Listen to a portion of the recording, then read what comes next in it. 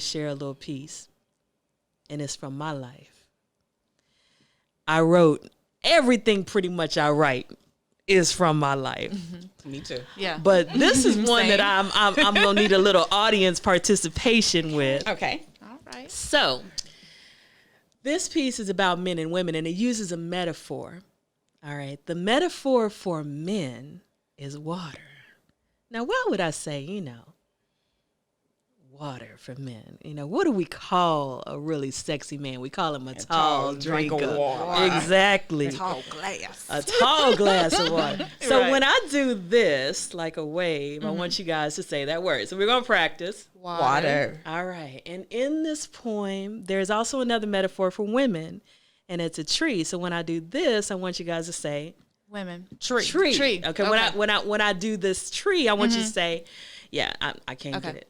You're going to say tree. Tree. Got it. All right. So this little metaphor poem, it kind of shows my life. All right. And it shows how I got aligned with the wrong things. I saw my world the wrong way, and it damaged me, but I was able to change. So once again, this is Water. Water. and this is Tree. yes. Blue, Water. green. Tree. She carries him like a mother carries her child, but he's her husband.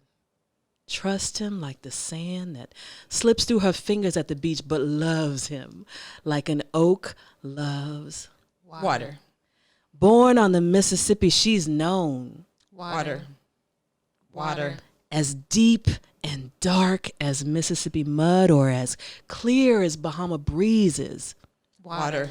as cold as a hailstorm, and as hard as a steel door Water. that closed around like death as she waits to exhale. He is her. Water. She is his. Tree. He runs, plays, visiting the beaches. She stands, toweringly waiting. He rages, rips houses apart, but just rolls around her roots, snagging only clumps of clay. He gurgles bubbled melodies to her whistle in the wind. Moody like the moon, his tide waxes and wanes. She stands, rings centuries around her stature, holds the wealth of 1,000,000 generations of mother-lover sent in her outstretched arms.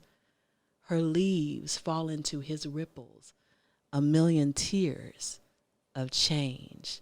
Blue, Water. green. Tree. So, thank you. Yes. Ooh, that gave me chills. Thank you. So what could you tell about my first marriage from that poem? How would you describe my husband? Controlling. Controlling. And how would you describe our interaction? It was kind of like if he was controlling, you were kind of just, I don't know, kind of step back a little. Kind of, I don't want to say intimidating, or he was intimidating, but you were kind of like a shutdown kind of thing. That's how I would see it. Yeah, so I wrote that poem about dysfunction and how sometimes what's feeding you, a tree needs water. Yes. Okay. But sometimes the water is drowning the tree. That's it. And sometimes you have to have some good friends to come and take you away. A tree can be transplanted. Yes, a tree yeah. can be moved. Yes, it can. It doesn't have to stay rooted and grounded into something that's terribly damaging, destroying, So, and water, water can drown you. Water can be beautiful. Yes. Water can be Also kill cleansing, you. Right. but it can kill you too. Yes. Drowning. So, relationships have the potential to be both harmful and helpful. And you got to know which one you're in. Yes. And you have to, I know in that relationship, I lost myself. I lost Oh, yeah. myself. I think we all. Yeah, we all did. We've Yeah. all lost ourselves. Yeah. You know, and I had to, when I left that marriage, it took me 2 years to become realigned to myself. You know what? That was just confirmation. It took me 2 years too. This would be my second year. Give the gift of lift. Lift people up. Lift people up so when they look at your shirt, they look at your mug, they get an inspiring message. They're lifted.